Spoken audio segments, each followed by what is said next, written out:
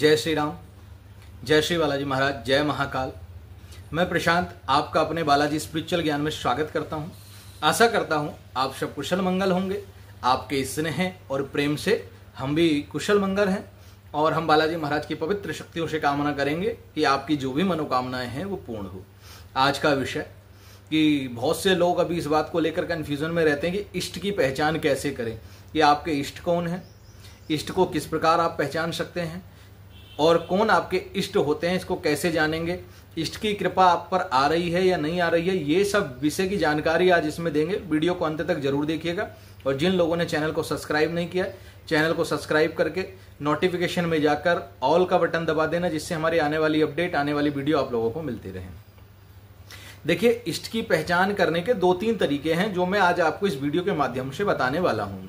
अगर आप नहीं जान पा रहे हैं कि कौन आपका इष्ट है, किसकी आपको सेवा करनी चाहिए, तो पहला इष्ट की पहचान है गुरु द्वारा। जो आपके गुरुजी हैं, जब आप अभी भक्ति मार्ग में आगे जा रहे हो और भक्ति मार्ग में आगे बढ़कर अभी आपने भक्ति मार्ग को चुना है और अभी आप कोरे कागज हो, आपने कोई निर्णय नहीं किया, आपका मन अभी विचलित है, कभी आप शिव जी की पूजा कर रहे हो, कभी दुर्गा जी की कर रहे हो, कभी काली की कर रहे हो, कभी कृष्ण जी की कर रहे हो, कभी किसी की कर रहे हो, अगर आप विभिन्न विभिन्न प्रकार से देवताओं की पूजा कर रहे हो तो अभी आपका इष्ट का निर्धारण नहीं हुआ है। तो आप एक अच्छे योग्य गुरु की शरण में जाए।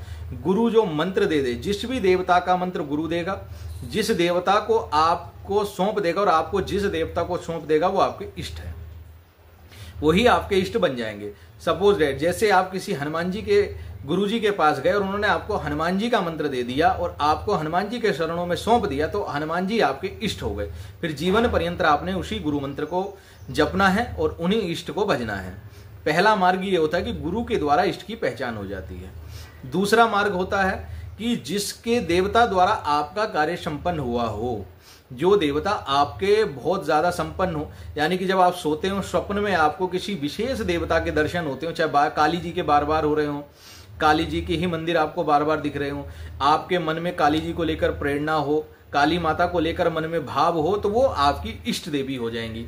उसी प्रकार यदि किसी भी देवता को लेकर आपके मन में भाव जागृत हो रहे हैं, उनके प्रति मन में एक प्यार, उमंग उबड़ रही है, तो समझ लीजिए वो आपके इष्ट हैं। पूर्व जन्म से उनका कोई ना कोई संयोग आपके साथ जुड़कर आया है, पूर्व जन्म में आपने उनकी सेवा दी है, इसलिए इस जन्म में उनके स्वप्न में दर्शन होना, उनके प्रति भाव जागृत होना, उनके भक्तों के प्रति भाव जागृत होना, आपके मन में ये उत्कंठा बनती रहती है और उनकी पूजा करने की मन में जिज्ञासा जगती है, तो वही देवता आपका इष्ट है। उसी को पकड़ो, उसी से जुड़े गुरुजी को पकड़ो और उन्हीं गुरुजी से द्वारा गुरु मंत्र आप लेकर के अपने इष्ट को मजबूत करते हुए आगे चलिए। तीसरा मार्ग है ध्यान मार्ग द्वारा। ध्यान मार्ग द्वारा भी आपको किसी अच्छे गुरु की ही आवश्यकता पड़ती है।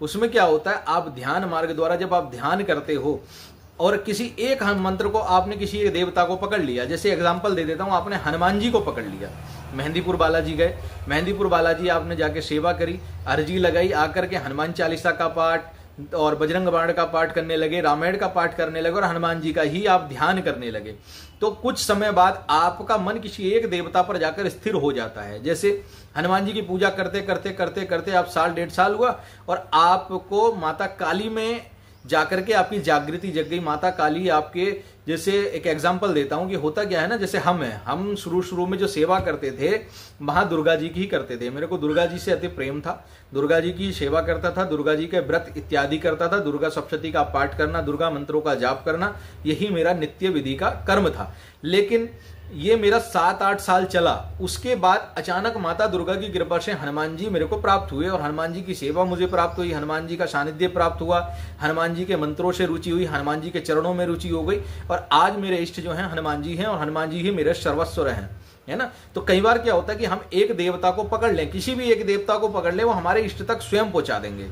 तो तीसरा मार्ग यह है कि आप किसी भी देवता को पकड़कर उनकी सेवा करनी प्रारंभ कर दो, आपके इष्ट के चरणों में वो आपको ले जाकर बैठा देंगे और आपकी आसक्ति आपके इष्ट के द्वारा जुड़ जाएगी। 3 विधि मैंने आपको बता दी है। पहला गुरु द्वारा आप इष्ट प्राप्त कर सकते हैं। तीसरा, अगर आपके मन में किसी भी देवता को लेकर उत्कंठा है, आप यदि उनसे रुचि है, आप उनकी भक्ति भावना में जागृत हैं, तो वो आपके इष्ट देवी या इष्ट देवता हैं। या भी आप किसी भी एक देवता को पकड़कर आप ध्यान मार्ग द्वारा आप उनके चरणों तक पहुंच सकते हो। 3 विधि आपको मैंने बता दी। अब बात कर लेते हैं इष्ट की कृपा की। जो लोग अपने इष्ट से जुड़े हैं, है ना। जिन लोगों को अपने इष्ट में आस्था है उनको किस प्रकार से कृपा का अनुभूति होगी, इसका वीडियो मैं नेक्स्ट बना के डालने वाला हूं। उम्मीद करता हूं आपको दी हुई जानकारी अच्छी लगी होगी। मेरे चैनल को सब्सक्राइब करें, पास है बेल आइकन को दबाकर ऑल का बटन दबा दें। जय श्री राम, जय श्री बालाजी महाराज, जय महाकाल।